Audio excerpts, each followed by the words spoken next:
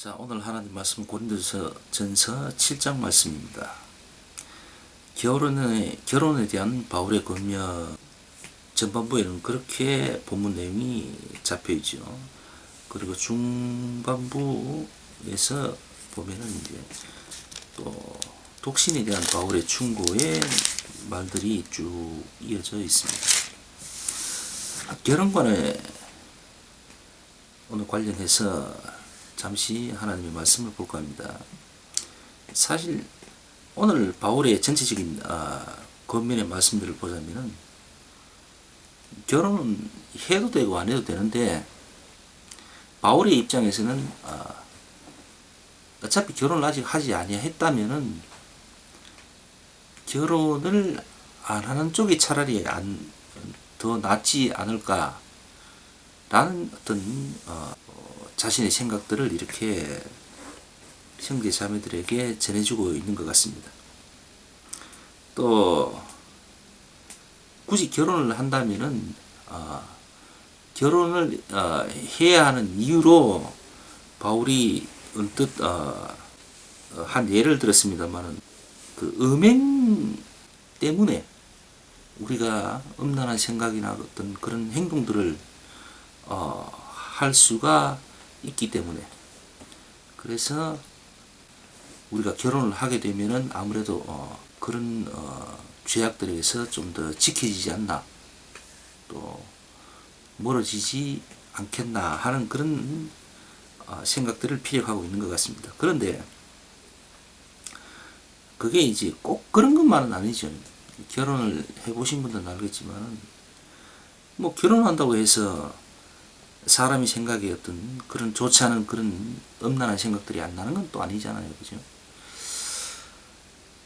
어쨌든 그것은 그런 음행 때문에 뭐 굳이 꼭 뭐 결혼을 하고 말고 한다는 것은 조금 얘기가 조금 아닌 것 같네요.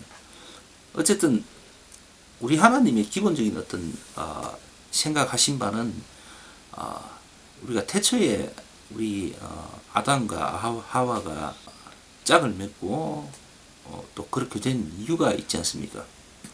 하나님은 아담을 지으신 이후에 그 갈비뼈를 취해서 하와를 지으셨습니다.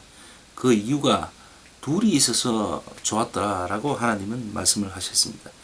그래서 하나님의 근본 뜻과 계획은 남녀가 만나서 가정을 이루고 자식을 놓고 이렇게 가정을 이루는 것, 즉 교회를 이루게 하신 것이죠. 때문에 결혼을 하는 것이 뭐 근본 하나님의 뜻이 아닐까라고 생각을 합니다. 그러나 오늘 바울이 굳이 꼭 결혼을 꼭 해야만 되는 것은 아니다라고 이렇게 이런저런 이야기들을 하고 있습니다. 이제 그 이유가 결국 바울의 입장에서는 사실 이런저런 이야기를 뭐 두고는 있습니다만은 궁극적으로 바울의 생각에는 곧 우리 예수님이 재림하실 때가 되었다라고 자신은 판단을 하고 그렇게 믿고 있었던 거지요. 환난날에 가족을 잃음으로 인해서 어린아이와 또 임신한 부녀자들이 겪게 될 그 고통들을 생각했던 것 같습니다. 오늘 본문 내용에도 그러한 내용들이 분명히 있지요. 26절 한번 볼까요?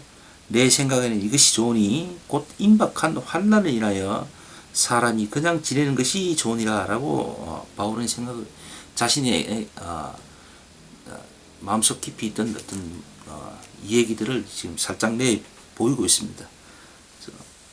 어차피 이렇게 어려운 때에 굳이 결혼을 해서 더 어려움을 겪지 않을까 하는 어떤 그런 염려가 있었던 것 같습니다.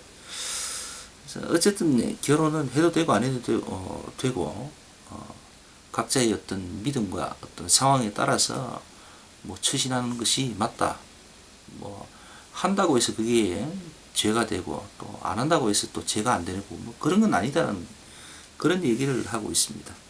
그러나 분명한 것은 오늘 우리 성경 전체적인 어떤 하나님의 뜻을 보자면은 우리는 남녀는 때가 되면 결혼을 하고 그래서 한 가정을 이루고 또 한 교회를 이루어서 하나님의 나라를 이렇게 이루는 것, 교회를 이루는 것이 성경적이라 우리가 생각을 하고 그렇게 믿어야 되겠죠. 그래서 결혼은 그렇게 하고 안 하고에 따라서 대단히 중요한 어떤 문제가 되고 그런 건 아닌 것 같습니다. 개인의 믿음과 상황에 따라서 그렇게 하면 될 것 같습니다. 그리고 이미 결혼에 실패한 분들, 그런 분들은 때에 따라서 이혼할 수도 있다라고 바울은 인정을 하고 또 이혼해도 된다고 얘기하는 것 같습니다. 그리고 할 수만 있으면 이제 이혼을 하면 안 되는데 피치 못할 어떤 믿음과 관련해서 피치 못할 사정이 있고 하면은 이혼은 할 수도 있다라고 그렇게 받아들이라고 합니다. 그래서 우리는 아마 각자의 어떤 믿음이나 또 생각하는 바가 분명히 있을 겁니다. 각자 개인적으로 갖고 있는 어떤 도덕적인 관점도 있을 거고 말이죠. 그래서 하나님이 생각하실 때에 이것은 합당할 거다라고 생각이 된다면 스스로 생각한 바대로 믿음과 그 의지대로 하면 되겠죠. 어떤 쪽으로도 말이죠. 크게 대단한 어떤 문제가 일어나고 그런 부분은 없는 것 같아요. 단 오늘 말씀 중에도 바울이 누차 이야기하지만은 그 음행이라든가 이런 아주 죄악으로서 심판받을 만한 그런 어떤 일들이 만약에 있다면은 내가 결혼을 하든 안 하든 간에 그런 문제가 만약에 결부된다면은 분명하게 하나님 앞에서 그리고 교회와 세상 앞에서 분명한 입장을 취해야 되겠죠. 어쨌든 우리는 지난주 말씀에도 말씀을 드렸지만 우리는 죄를 멀리하고 살아야 될 사람들입니다. 우리가 할 수만 있으면 죄를 멀리하고 살아야 되는 거죠. 그 부분만큼은 분명한 사실인 게 맞습니다. 그래서 곧 결혼하게 된 그런 남녀 또 혹은 굳이 가정을 이루고 살아야 되겠다라고 생각한 분들이 계시다면 믿음 안에서 하기를 원합니다. 믿음 안에서 그리스도의 말씀과 은혜와 사랑 안에서 판단하시고 선택을 하시기를 다시 한번 권해봅니다. 요즘은 너무나도 결혼관들이 너무나 자유분방해서 말이죠. 심지어는 최근에 미국 같은 경우에는 동성간의 결혼도 막 법적으로 허용하는 그런 시대에 우리가 살고 있게 되었죠. 모르긴 해도 우리나라에도 지금 그런 부분들이 굉장히 많을 줄로 생각을 합니다. 앞으로 가면 갈수록 이런 부분들이 좀 더 심해지겠죠. 또 중동 지방을 중심으로 지금 IS라고 하는 아주 이상한 어떤 사람들이 국가를 이루려고 지금 막 하고 있죠. 그래서 때로는 이슬람 자기들과 같은 믿음의 노선에 서 있지 않는 여인들을 짐승처럼 취급하고 노예로 사고 팔고 막 그런 일도 있죠. 어쨌든 굉장히 위험하고 타락한 시대에 우리가 살고 있는 것이 분명합니다.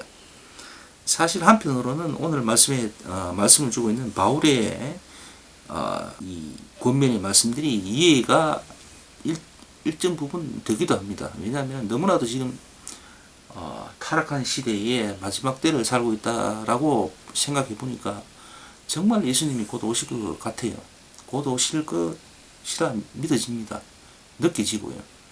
그래서 개인적으로도 굳이 이 험악한 시대에 내가 정말 어떤 결혼 상대 하나님이 짝지어 주신 그런 분을 만났다면은 모를까 그냥 내 삶의 편이라든가 내 삶의 안전을 위해서 그냥 타협해서 판단하신 분이 있다면은 정말 말리고 싶네요. 굳이 그렇게까지 쉽게 선택할 부분은 아닌 것 같습니다. 자, 어쨌든 오늘 하나님 말씀을 통해서 우리의 결혼관이 어떠해야 한다라는 것을 한번 다시 생각해보는 시간이 되었습니다. 자, 오늘도 은혜 가운데에서 주의 사랑 사시기를 부탁드리면서 기도하고